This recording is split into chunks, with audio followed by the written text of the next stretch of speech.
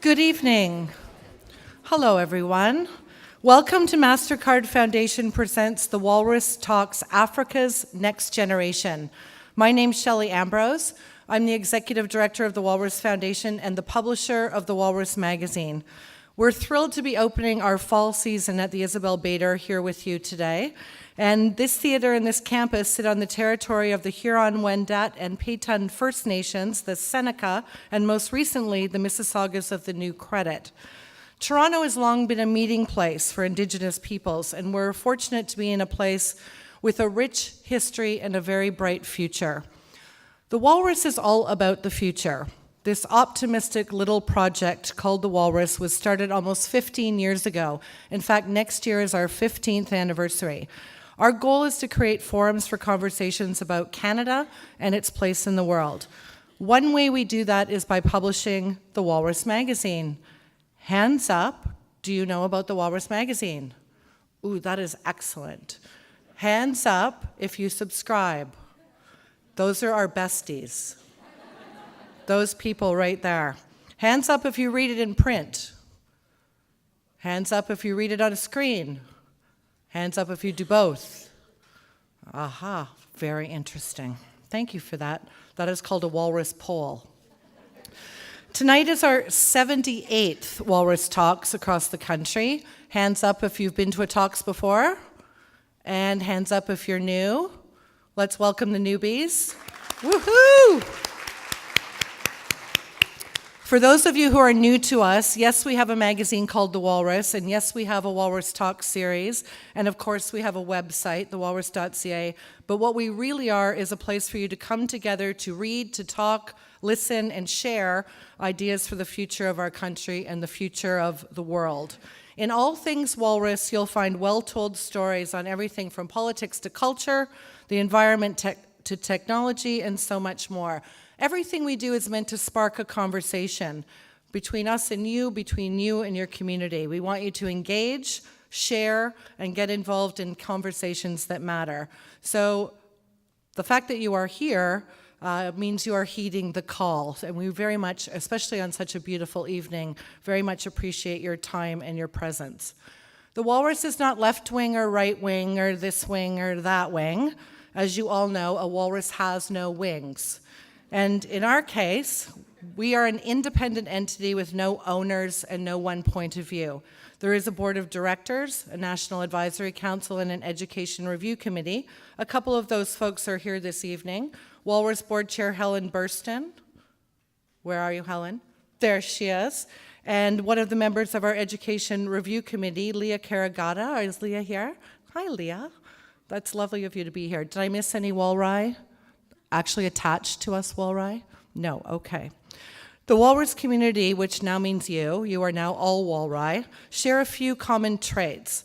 One in particular is the tendency to think about stuff.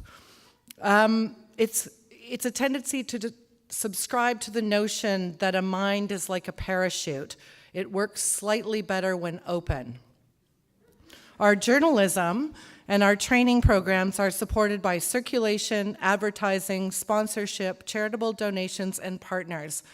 I cannot stress enough that there is no way we can do the work we do without partners like the Mastercard Foundation, one of North America's largest charitable funders and based right here in Toronto. We've been working with them for a few years now to prevent voices from and about Africa's next generation, and we're very proud to be with them again tonight. To tell us more about their commitment to the future of Africa, please welcome the Mastercard Foundation's Program Manager of Youth Livelihoods, Kofi Aswan.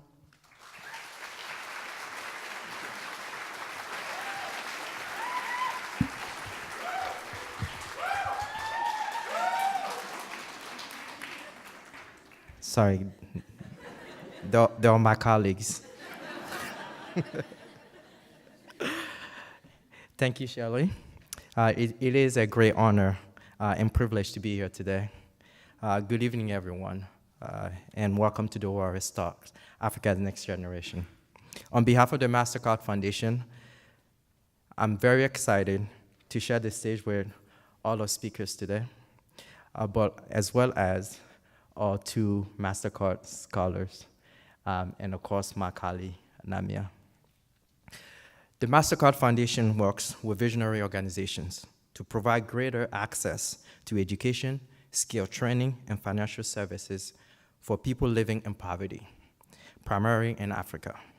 We believe that all young people, no matter their starting point in life, should have an equal chance to obtain a quality education and pursue their aspirations.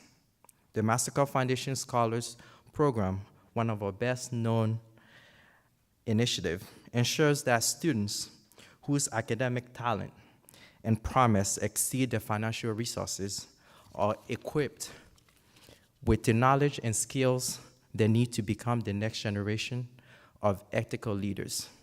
This program is providing education and leadership development for over 35,000 bright young leaders with a deep personal commitment to changing the world around them and improving the lives of others. Nearly 23,000 Mastercard Foundation scholarships have been awarded.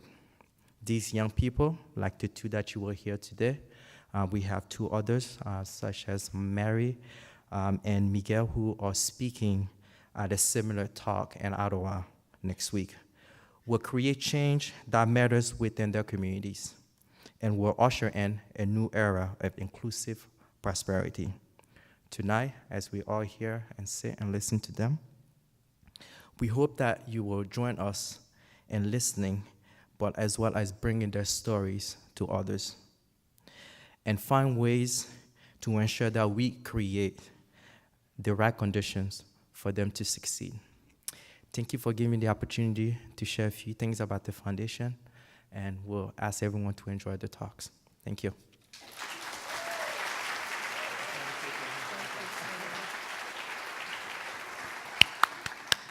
Thank you, Kofi. Thank you also to our national partners at Shaw and SSHRC. SSHRC means the Social Sciences and Humanities Research Council, and Amy Aeroplan. They're with us wherever we go, and we're very grateful. Now, here's how the Walrus Talks works. Does everyone have one of these? This is your key to the evening. Each talker has 7 minutes each. There are 7 talkers. You can do the math. Each will come up and introduce themselves by name. There is no MC. I look like an MC, but I will not be popping up in between to introduce them to you. This is in speaker order. The titles of their talks are on the front. Their bios are on the back. We keep the lights up so they can see you and you can read and follow along with us. So they will introduce themselves. You will see and hear 7 speakers in a row, and once your head is filled with new perspectives, we will have lots to talk about at the post-talks reception, to which you are all invited. So just before I let them get underway, I'd like to thank each in advance. Thank you. They're all volunteers, by the way, and they're all awesome. Thank you to founder and CEO of Digital Opportunity Trust, Janet Longmore, Associate Manager, the Mastercard Foundation, Lamia Naji, co-founder of the Global Indigenous Youth Coalition, Ikram Abdinar, Mastercard Foundation Scholar, all the way from UBC, Alfred Bafi Achampo, the host of Fresh Air on CBC Radio 1 and creator of the Media Girlfriends podcast, Nanaba Duncan, lawyer and community activist, Dania Suleiman, and Mastercard Foundation scholar, in from McGill, Bior Ajak. Thank you all for coming. Let us begin.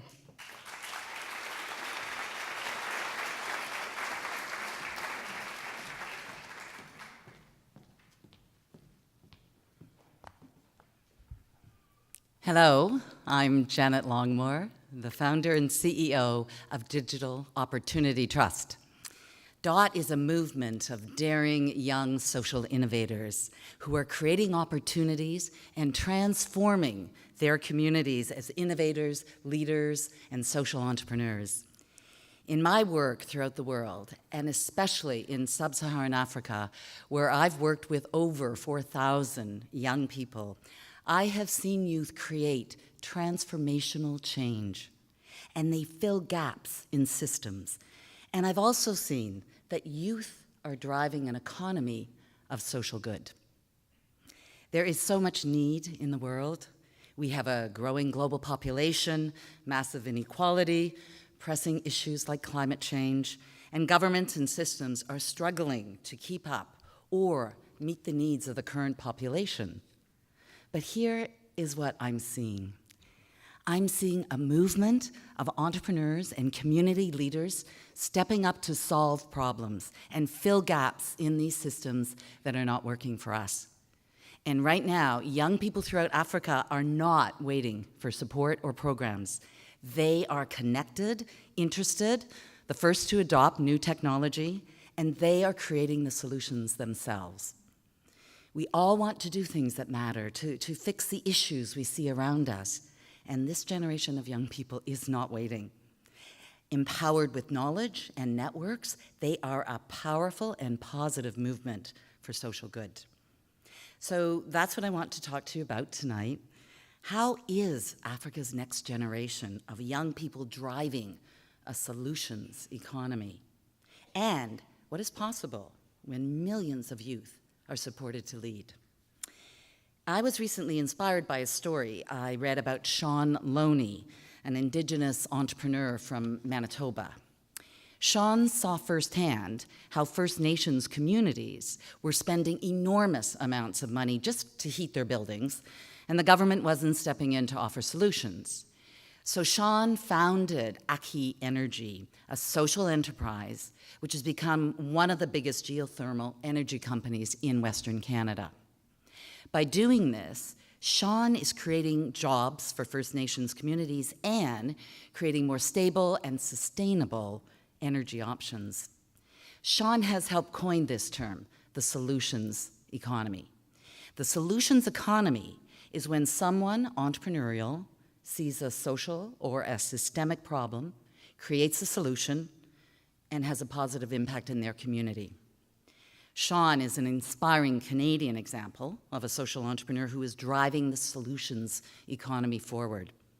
And this is the kind of work that the young African leaders that I work with every day are doing. They are solving challenges in their communities because government support and intervention is not available or not effective. These are smart, connected young leaders who, in the absence of traditional jobs, are identifying a problem that they experience firsthand, creating a solution, creating real change, and creating the solutions economy. In Mombasa, Kenya, there's a young woman named Ajra Mohammed who experienced firsthand how girls and young women in her community lacked access to digital skills. She also saw that the hubs and code schools that were available weren't always accessible to young women. They were intimidating, expensive, and male-dominated, with hardly any women enrolled because they just weren't safe spaces. At the same time, the government, the private sector, NGOs are talking about the importance of women in tech and of raising the digital literacy of women in Kenya. But Ajra just wasn't seeing any programs that solved what she knew to be the problem: the need for safe, women-led, accessible spaces. So Ajra got together with 3 of her friends and created Swahili Box Ladies, the first technology incubator and training center for women on Kenya's coast. Because of Ajra, hundreds of young women have digital skills and are contributing to Kenya's tech sector. And she and her 3 friends now have this sustainable business that is succeeding where other interventions have failed. The gender digital divide is recognized as a challenge across sectors, but the most successful initiatives that I've seen are run by the young women themselves, who really get the challenges and understand how to meet the needs in their communities. There's Ivy Barley in Ghana, who founded Developers in Vogue, Carolyn Kandusi in Tanzania, who founded Ubuntu Hub, Segi Afrasa in Ethiopia, who founded the ENAT Association to train women entrepreneurs to use technology. These are very inspiring young women, and I encourage you to look them up. And there are hundreds more that I know of, and thousands more out there, all tackling the same issue. So you can really see the solutions economy taking shape in this movement of young women who are solving for this major challenge of women in tech and succeeding where systems have failed. Young people have deep insight rooted in the needs of their communities because they live the challenges every day. They understand local needs, they're early adopters of technology, they're innovators, and they're change makers by necessity and by nature. By 2040, there will be 460 million youth entering the workforce in Africa.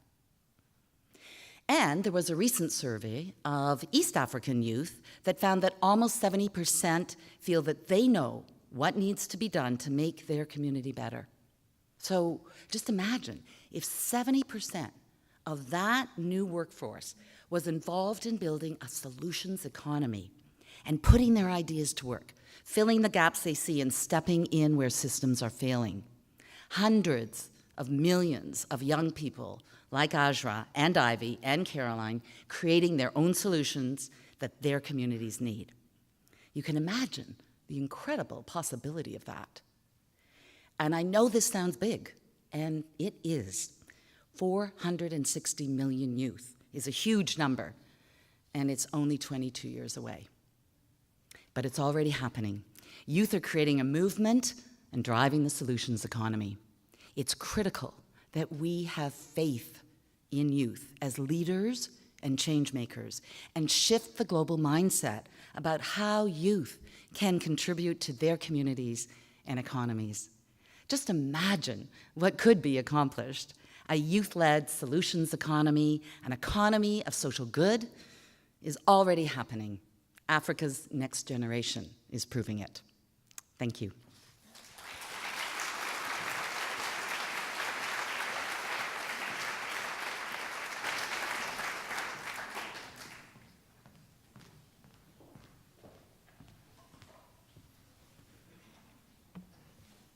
Hello, I'm Alfred Echampon, a Mastercard scholar from UBC. So while I was thinking about the theme of the talk tonight, Africans' next generation, it hits me. How can I talk about the future of Africa without sharing an African story? So tonight I chose to share the story of my beloved country, Ghana, in West Africa. By the way, how many of you have ever seen the flag of Ghana?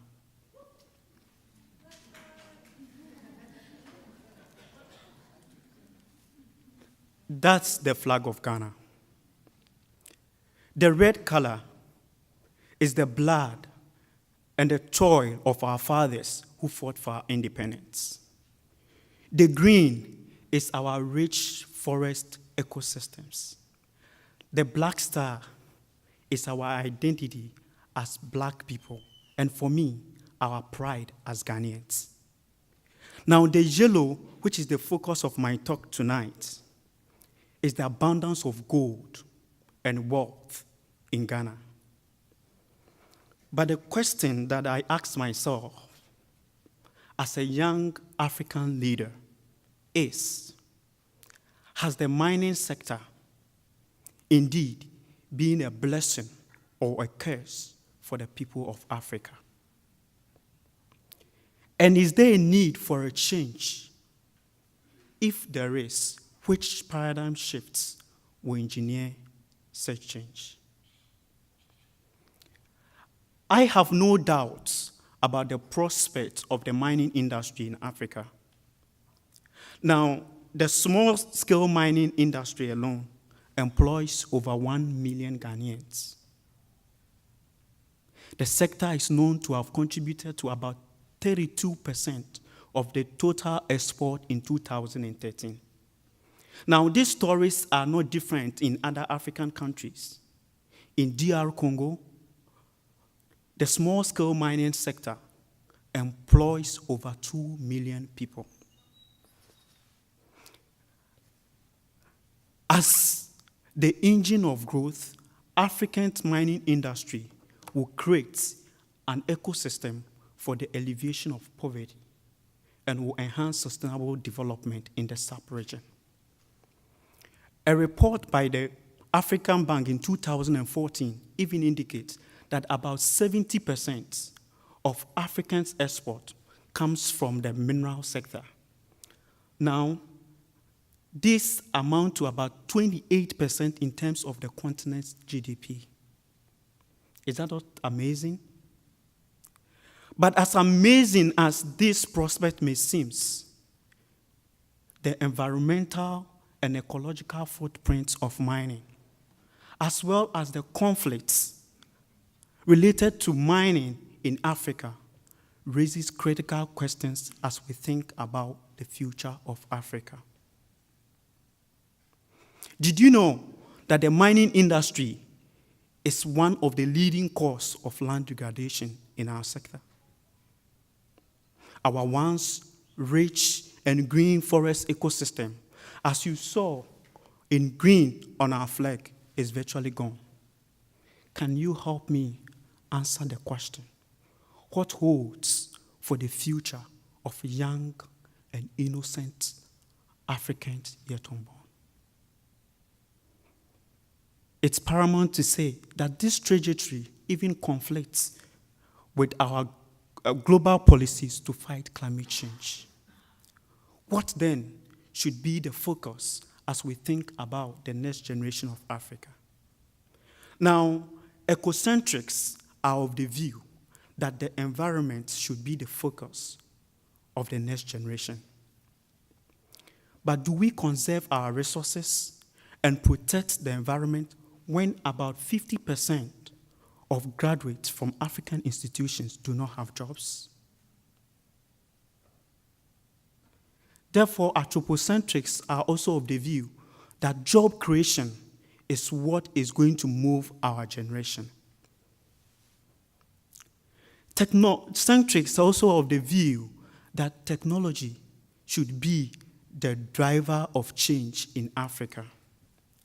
But I would like to suggest that a single line of thinking cannot address an issue as complex as mining in Africa.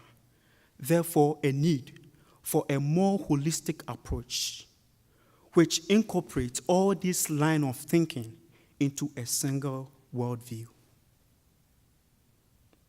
But the question is, how do we do that?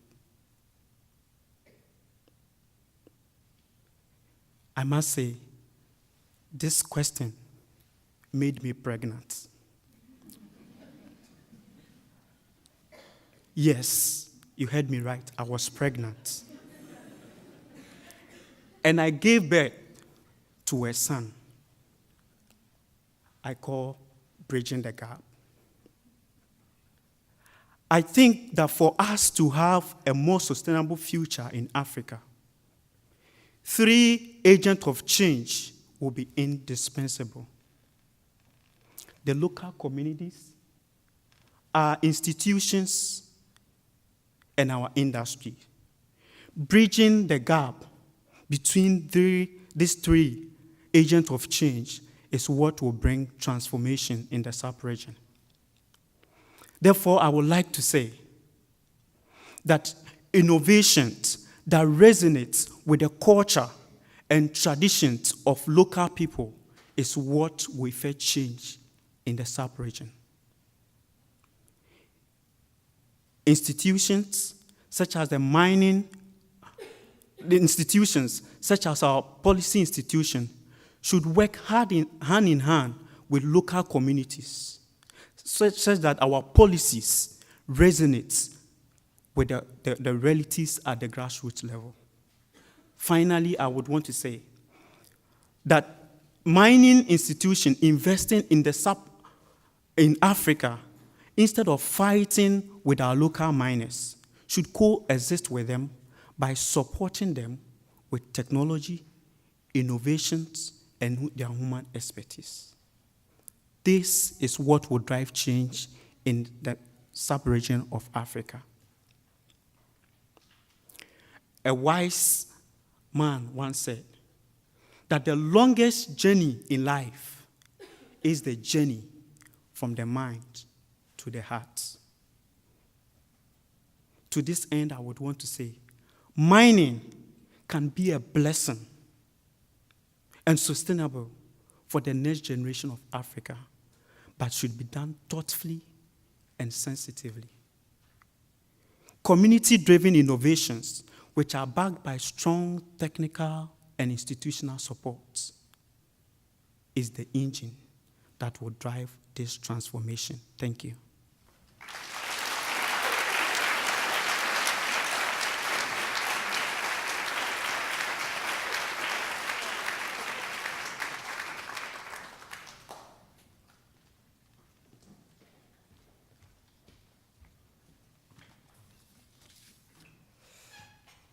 Good evening.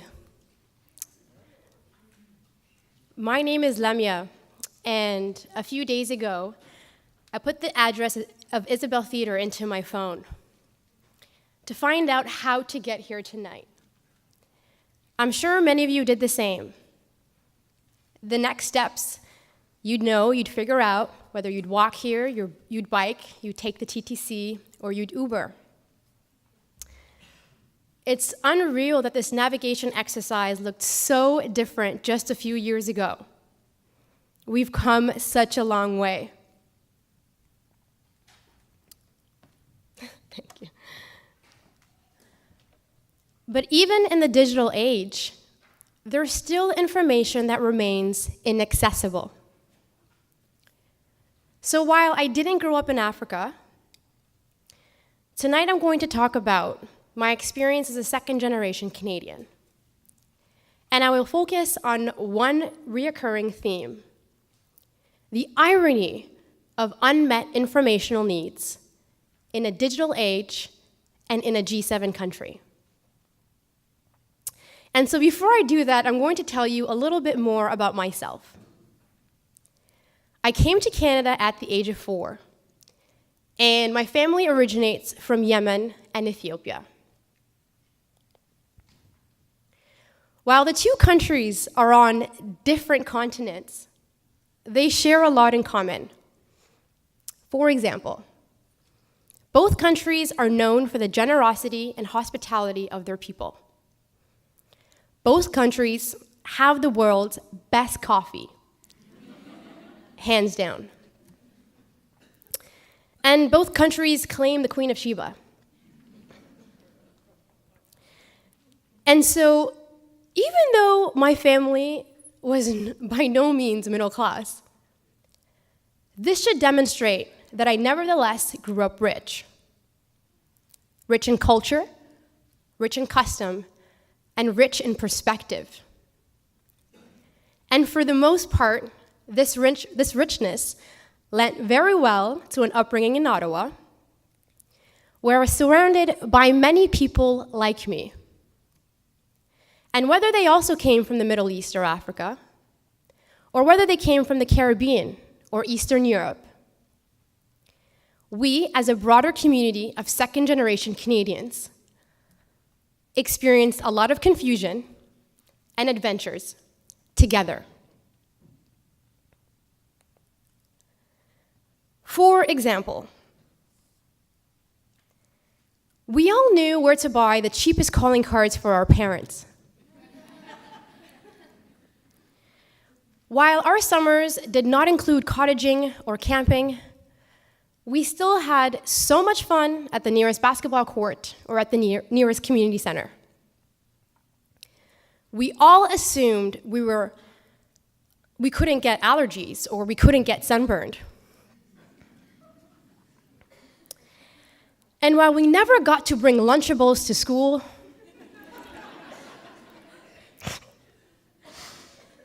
we all went to the same shawarma joint that sold the city's best potatoes. Good times. And throughout elementary and high school, this camaraderie fed my soul. But on a more serious note, we also shared other things in common. Parents without higher education, working multiple jobs, parents not knowing the difference between academic and applied courses in high school, which is so critical. Limited access to tutors or extracurriculars that enhance skills like confidence and teamwork. And no editing support for essays or personal statements. And so why then does information become so important in this context? Because for many second-generation Canadians, they will face a lot of obstacles along their trajectory. And a lack of information should not be a compounding obstacle. Let's think about it differently. Society pays a premium for the advice we get from experts, be it management consultants or lawyers. These experts are in the business of imparting know-how. Let's not take for granted the power and weight underpinning familiarity with Canadian systems.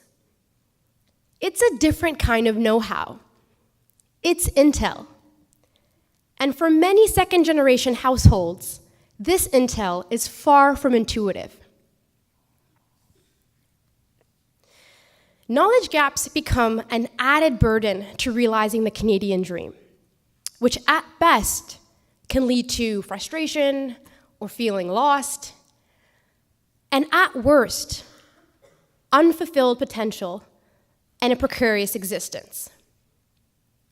Information goes such a long way because it literally translates into a successful job interview, graduate school admission, overseas placements, do's and don'ts, all of which diversifies candidate profiles, broadens horizons, and catalyzes upwards mobility.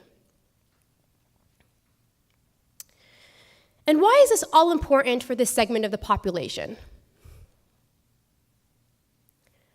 Because in an increasingly diverse country and globalized world, diversity brings a lot of significance to our society, socially and economically.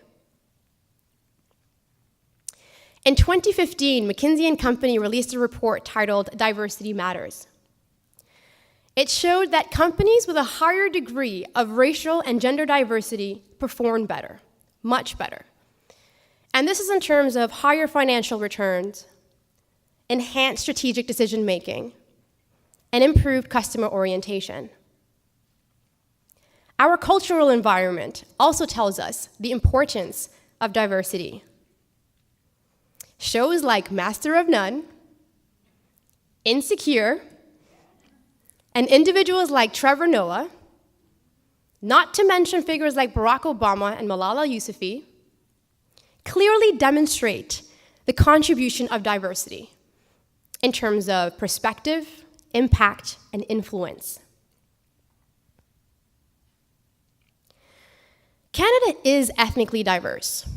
By 2031, 32% of Canada's population will belong to a visible minority group. That's over 12 million people. And this diversity is what makes Canada unique.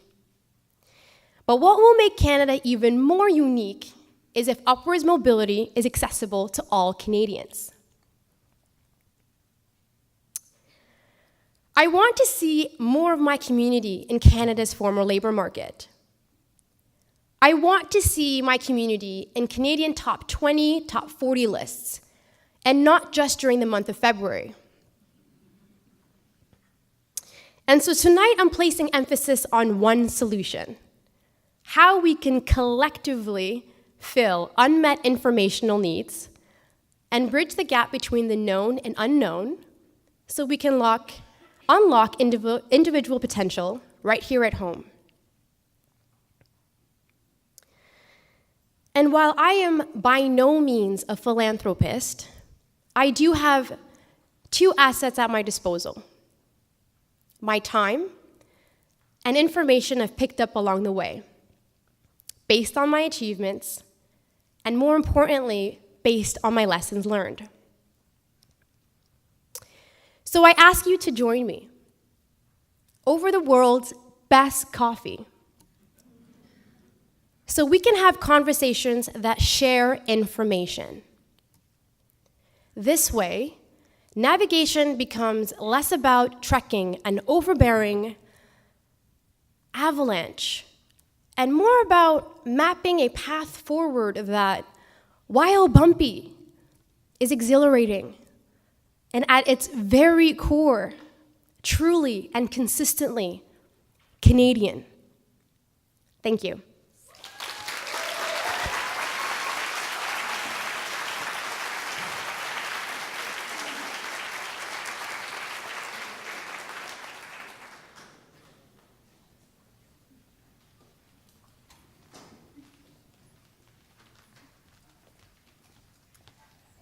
Good evening, everyone. Here we go. My name is Akram Abdinoor, and I'm a co-founder of the Global Indigenous Youth Coalition, and we're based out of Edmonton.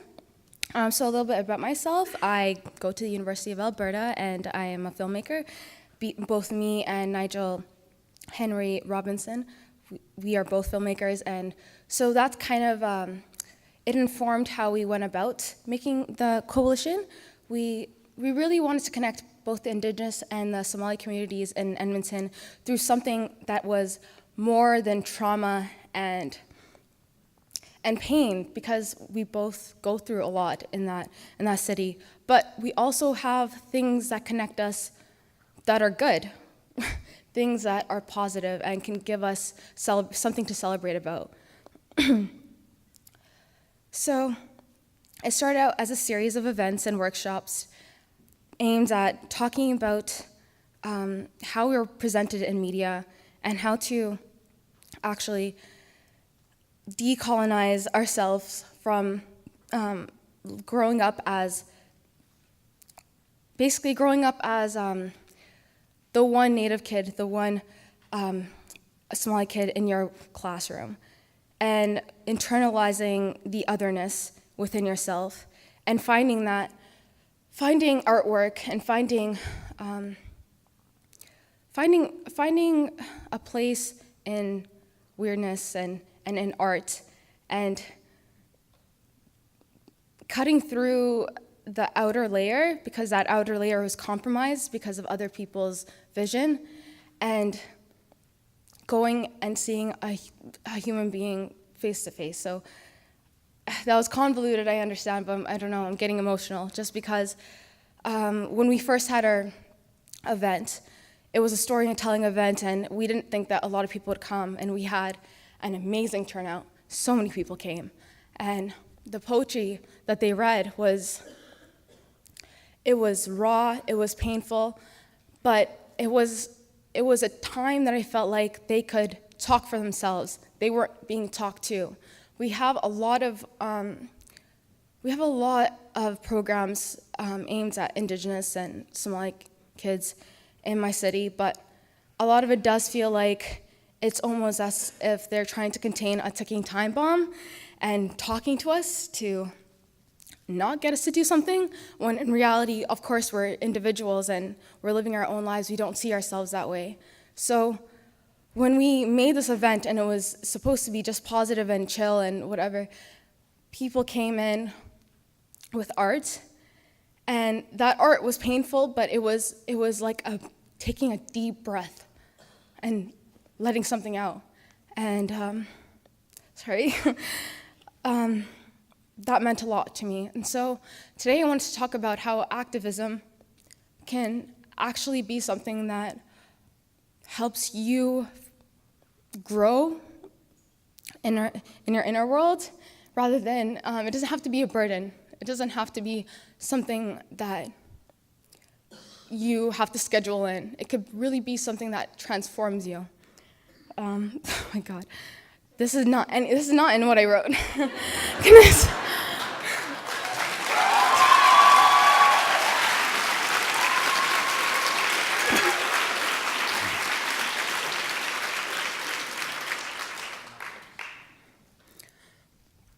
So the first lesson, this is the first point that I wrote, but I guess it makes sense for how I'm behaving, but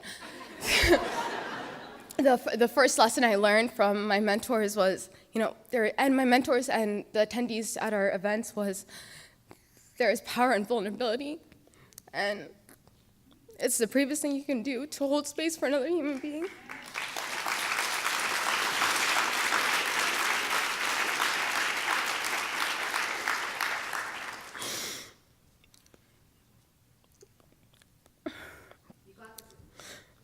Thank you. We do go through a lot in our city because there is not a lot of conversations. That's my second voice. Sorry.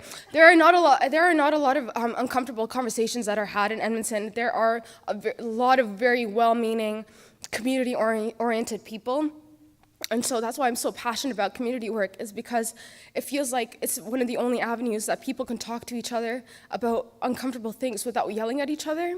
So I actually like it when somebody says something offensive or weird at a community event, because it's one of the only places where it's kind of appropriate for me to tell you, okay, well, let me tell you about this. And let me actually reply to you rather than react to you, because of the Western society we grew up in. Of course, a lot of our public discourse is made in reaction. So you have like pressurized news panels and just people riffing on what the last celebrity or the brand name or whatever, whoever did the wrong thing. And that never really opens up a place where people can talk to each other. And what I realize is that people can say offensive things, but their hearts are good. And when you talk to them, you realize that they're actually willing to do something. And I feel like action is something that we don't emphasize enough. People can practice saying the right thing all the time, but when it comes to actually doing the right thing, that's a lot harder. And I mean, I love my city. Like, it's taken me a while to say that. I love Edmonton. And I think it's because we have that community spirit. And so basically, this is me trying to tell you guys to volunteer and attend those like 10 people community events that are happening in your city. Thank you.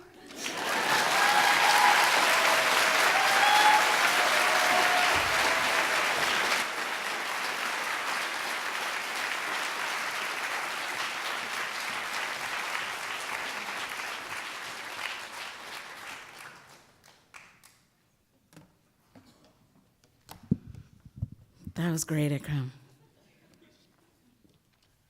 Hi.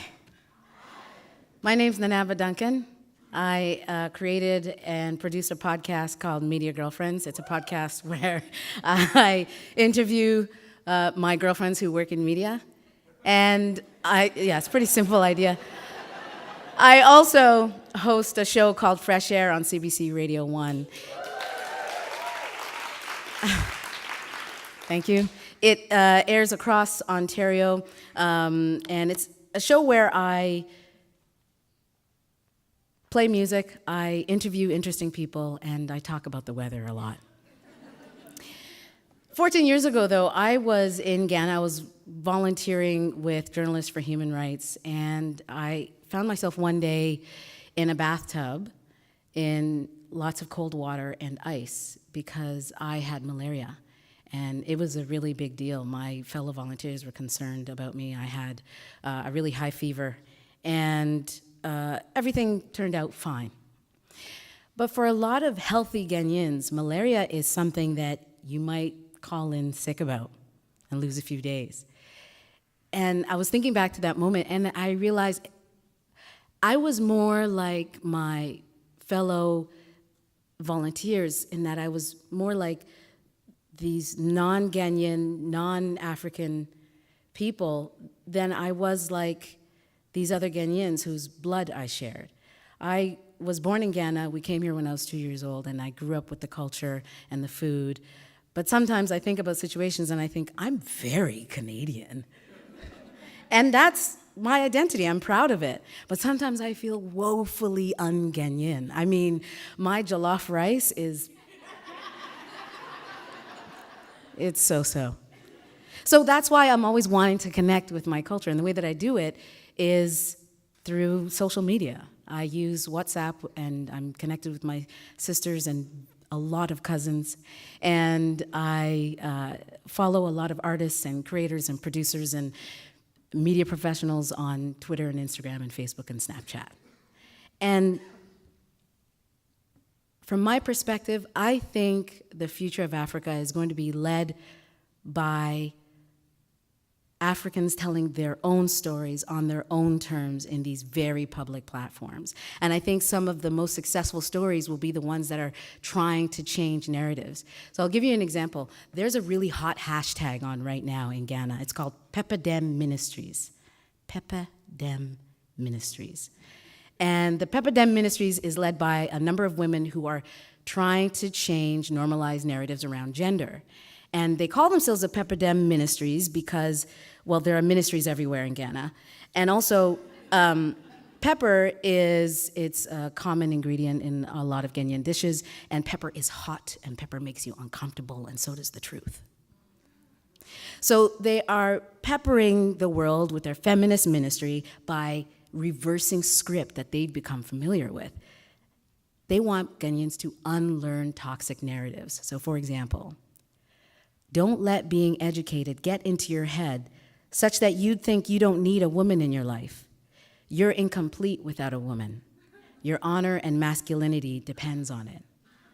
Or, a good husband sacrifices his dreams and ambitions for the well-being of his children and marriage. Family comes first. Career fathers make terrible fathers. So, as you can imagine, this hashtag is generating some discussion. And these women are being asked to go on popular radio and television shows, and this conversation is growing, and I can take part in it. So here's another example. There's a woman named Nana Dakwa Sechma. She's a feminist, she's an activist, and she's a writer. And she thought that there was such a lack of information and relevant and useful information on sexuality and women in Africa. So she started a website. And on this website, you can find basic information about sex, and you can find erotic fiction featuring African characters partaking in erotic situations and celebrating all kinds of sexuality. This is a woman who celebrates International Masturbation Day. I didn't know there was an International Masturbation Day. It's on May the 28th. So I have one more example for you. I have another example for you. And this is an Instagram account. It's called Everyday Africa. And the people behind the account, they post images of familiar situations from photographers who are living and working in Africa. And they are actively trying to combat some cliches about Africa, that it is poor and diseased and constantly experiencing war. They're not denying that this exists. They're just trying to show the diversity of experience and life in different African countries through normal situations. Pictures like checking your phone while you're at a festival, or pulling grandpa's beard, and showing off at the pool. I love this account. But I don't love it just for the pictures. I love it because I love this, and I love this website, and I love the Peppadem Ministries hashtag because I can take part in it. I have been having my own conversations with friends about gender, and so I can Peppadem too. I can take part in the ministry. I can read some of that erotic fiction. I can maybe submit some of my own if I want to. She takes submissions. And for the Everyday Africa account, I actually have supported it. They put out a book recently. And what's great about this back and forth conversation that I can have is that the exchange, whether it's about sexuality or equality or politics or the new dance somewhere, it's creating this sort of new African culture with the Pan-African population, the one that includes me, whose jollof rice is just so-so. And it reminds me that, of course, I belong to this land, and this land belongs to me. Africans will now and forever be telling their own stories on their own terms on these very public platforms, and I'm very proud to be one of its storytellers.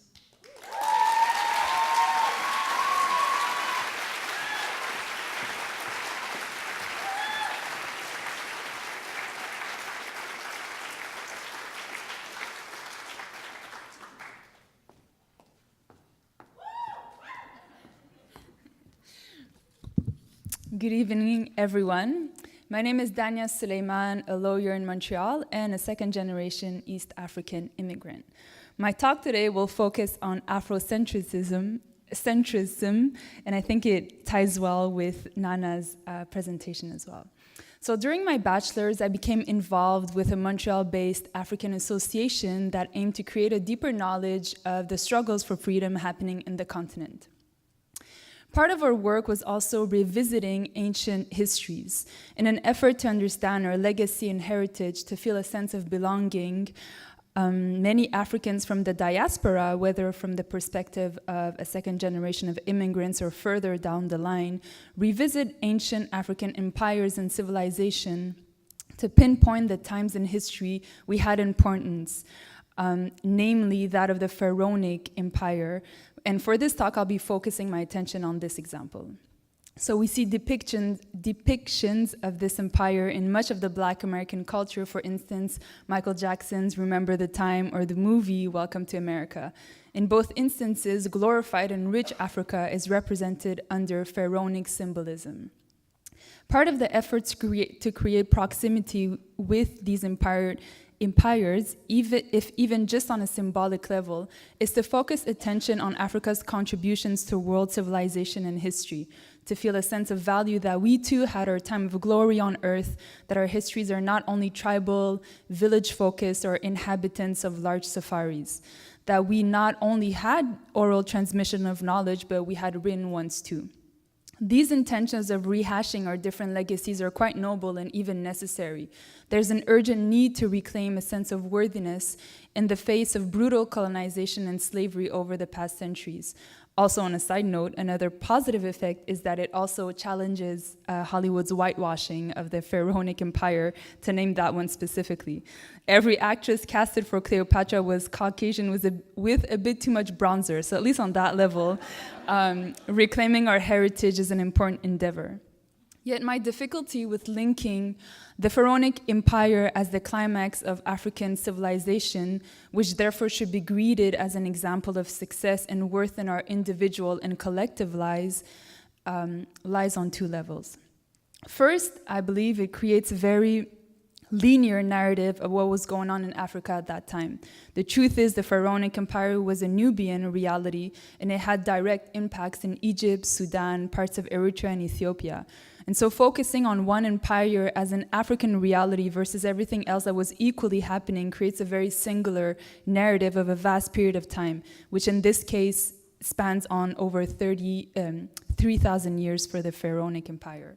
So this tunnel vision amidst so many rich and diverse realities of what was happening on the continent during this same time period. This limited knowledge of a period of time and not seeking to learn more still feels like it stems from the idea of Africa the country rather than Africa the continent with its many civilizations and ways of living. We tend to associate a regional phenomenon or reality to a continental one, and I don't see that happening anywhere else but in Africa. This still feels like we have a colonial mindset of envisioning Africa as a whole rather than as a diverse, intricate, and layered continent. On a second note, most Afrocentrists, myself included, believe in post-colonialism as a way of thought and movement. We recognize the deep effects modern colonization has left and is still felt in present-day African countries. That being said, naming empires that have records of violence, slavery, and patriarchy feels off-putting and contradictory at times. Using examples of power to feel a sense of value, knowing Europe's modern, assertive, and colonial powers themselves is what led to present-day disarray in African countries seems out of line with post-colonialism and even Afrocentrism. Current central powers, whether the World Bank or IMF, still dictates to this day the social and economical programs in Africa. Postcolonialism seeks first and foremost emancipation from these coercive centers of power to have true sovereignty over our lands and policies. Efforts are being made to break free both mentally and nationally from the lingering effects of colonization, yet naming civilizations that do have a record of colonization feels out of balance with our will to break free from the modern day colonization and to no longer be impressed by it. We should cherish our histories, whether they were glorious or modest, and still be able to recognize the full dynamics of power that were at play and not live in a romanticized vision of our histories. I want to know that I can feel proud of my heritage, whether my great-grandmothers or great-grandfathers were peasants or judges or kings. That my value does not have to be linked to to examples of power and domination. The need to use examples of power and empires to create worthiness still feels classist to a certain extent and very Eurocentric. That royalty still has to be some kind of goal for us to feel that we have a place in this world. Referring to one another as kings and queens has never been more present than today, and though I like it, because basically being a queen has never been this decentralized, basically everyone is, and Queen Bee is the supreme queen, just letting you guys know. I still believe that greatness shouldn't be synonymous with power and domination. And we have every right and entitlement to feel great about our histories and people, even if there's no record of world civilization from whatever region we come from in Africa. Lastly, I believe in knowledge as a means of self-discovery of our plural identities, and even more so of deeper knowledge of our continent's multiple regional, national, collective, individual, ancient, and present narratives to understand how vast and rich our many cultures really are. And with this self-discovery, the discovery of each other and all our layered facets, and no longer this Africa, the continent, with like name-dropping 3 civilizations, this is what will give us a true sense of belonging in this generation of Africans around the world. Thank you very much.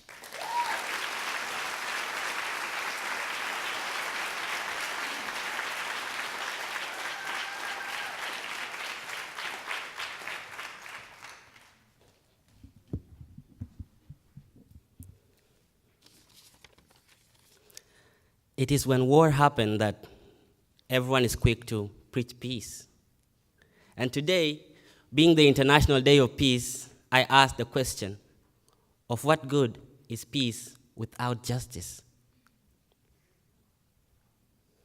Assalamu alaikum, Toronto. My name is Biole Kajak.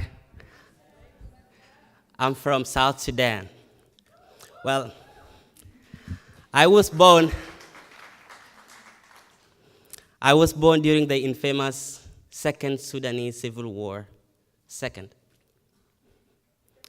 the longest civil war in the history of Africa. And when it ended, we all were joyful and thought it would be our last. Clearly, we were wrong. So a big part of my childhood was spent inside this rebel territory. Tonight, I thank the Mastercard and the Walrus Foundation for this opportunity so that we can share our views and experiences. My vision for Africa is to see justice prevailing. And tonight's theme being Africa's next generation, this should be a generation that makes that happen. The piece that I'll share with you tonight is a true account of events that are happening across the world today in the name of war.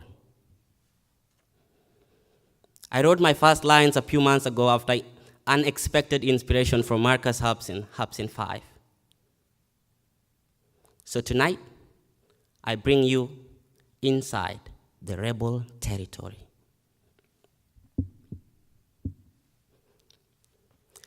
She looks him in the eye and tells him, "Son, don't worry." But the look in her eye is nothing less wary.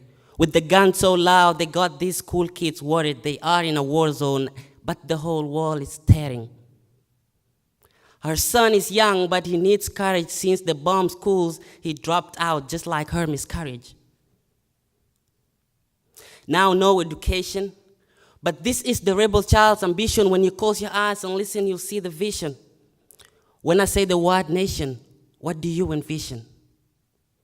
Is it yours or is it mine? In the Civil War, they call it New Edition. They fight another one, and then another one. Like the DJ Khaled of war. There comes another one.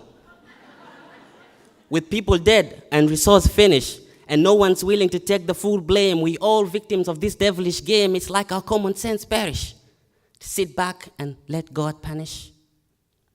For we have normalized war in our four walls. Popular media is not concerned no more to show the atrocities to us sitting and sipping teas in big cities, only emoji reacting to small clips of Facebook posts. Of rebels keeping the gun clips ready, let the next bomb pop. Like wishing away war through Facebook likes. So instead of acting, we only Facebook reacting to intercept bomb bounds on innocent children in Syria, suffocating in chemical gas sent straight from hell. Now they can't inhale. Right, they are in hell already. The last time they looked up to heaven, they saw the devil drop as a missile. So Nicholas Sparks, there is no safe haven. Society got us living for this whack cause, kindness for animals, but no compassion for our own kind. Media breaks the news and then bring us breaking news of all hell breaking loose when civil war is breaking out and families broken loose. My heart's breaking now, my society's breaking now. Give me some break now before I break down. When they call us a hotbed of terror, do you fall for it? When they place these travel bans, do you fall for it? But some media got the power to make you fall for it. For war is a business, we are the merchandise and our lives the price. This big world is one small classroom and today justice is absent. While justice is all we need present and like all eyewitness can see, they're purposely trying to get the innocent killed. Do you see how this tragedy feels? So let's try and make this change while there's still time. It is hard, and sometimes I struggle trying to define mine. But you can guide me when I feel blind. I just need you to be willing to navigate this landmine. Out of Libya's empty tummies, making these desperate journeys across the seas for a better life to see, but they get swallowed by the sea. Do you see? News headlines with children missing. And like the Malaysian Airlines, we give up looking. They were escaping this apocalypse and never looking back, and like Lot's wife leaving Sodom, never turning back, like Hannah Baker splitting her wrist, never turning back, like an abused wife with her kids leaving a man. But the courageous ones got the heart to come back just to hold the bull by the horns, but no goats and no sheep and no boot left. So all they find is this bullshit, too much mess. Of men fighting to lead while we bleed, they got the country so broke they cannot pay attention to the value of peace nor listen to our pleas. They got us relying on donations, but donations never do nations the favor of self-determination. Give us peace, we plead. Justice we need. I have seen enough RIP on Facebook. Please. Wishing my slain countrymen a rest in peace. But how do they rest in peace in a country that rests in pieces? But as sure as the sun shall set, every son will set on a mission to protect their own with the breath that's left. But when all is said and done and no hope left, they get strapped to a bomb. Do you see this tragedy yet? Another man's terrorist is another man's freedom fighter. So before you fall for the terrorist narrative, let's meet these fighters that have been pushed to the wall until no room is left. And on the right side of the mind, there seems nothing left. And on the left side of the mind, there seems nothing right. Yet we sit here and lecture them about human rights. From Somalia, Sudan, Afghanistan, Pakistan, do you understand? What of Ukraine, Congo, Libya, now with Syria? Are we serious? Look, the rebels' home is the bush from where they watched Bush invading Iraq. When God was fed up, he asked Noah, make you an ark. And then he sent the rainbow to sign his pact. Have you ever wondered why the rainbow is always an ark? The full circle is to stop these wars. Let's act. My country is in flood, and it's a flood of blood. The planet is in a midlife crisis, but we can still deliver like a midwife in a crisis. So let's talk about how these options weigh out. What's the way out? I'm out.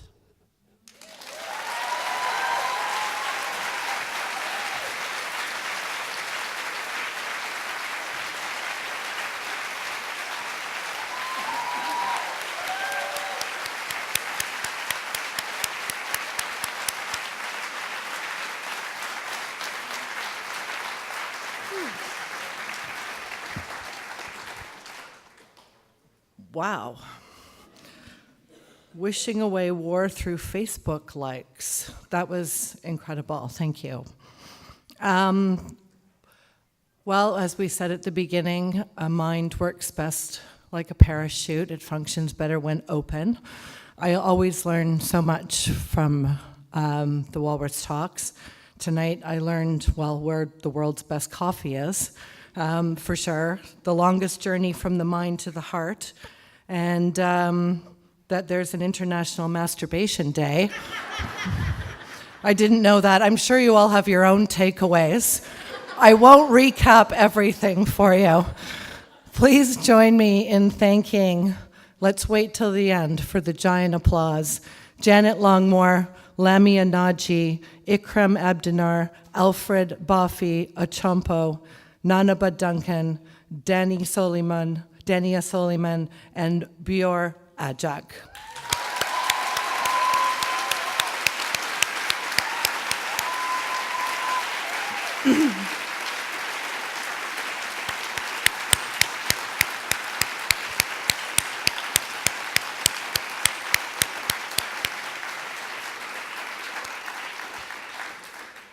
I also want to thank Kofi Aswan, Rita Roy, Lori Armstrong, Isabel Bourgeois, and everyone at Mastercard Foundation for your extraordinary support. And congratulations also on your recent commitment to offer support to Indigenous students here in Canada. I'd also like to thank our national partners at Shaw, Shirk, AMIA, and Aeroplan. At this moment, I would like our audience to stay with me for a moment. Our talkers are going to stand up and they're going to go into the reception area first so you don't do that weird thing where you trap them in the front row trying to talk to them. They're going to go out first. You're not. Okay, guys.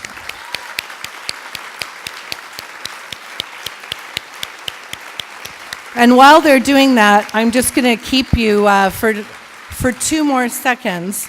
As I mentioned, this is the 78th Walrus Talks. 78 times 7 talkers is 546. That's how many Walrus Talkers you can watch whenever you want, wherever you want on our YouTube channel, on every topic under the sun. You can subscribe to the magazine at thewalrus.ca so you too can be besties, but it's much cheaper and more convenient to do so tonight in the lobby with Blair.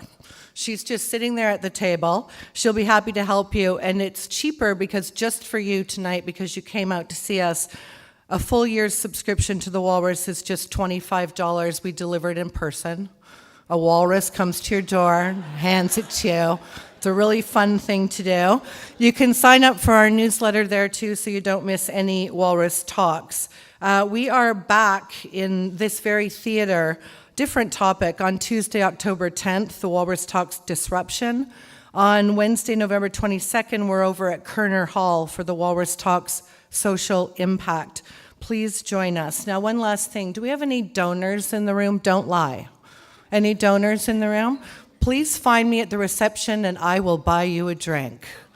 And I want to meet you. It's really lovely when you are donors to us. So join us at the reception. There is food and there is drink. And if you're there, there will be great conversation. Thank you for coming. You are the Walrus. Good night. Safe home.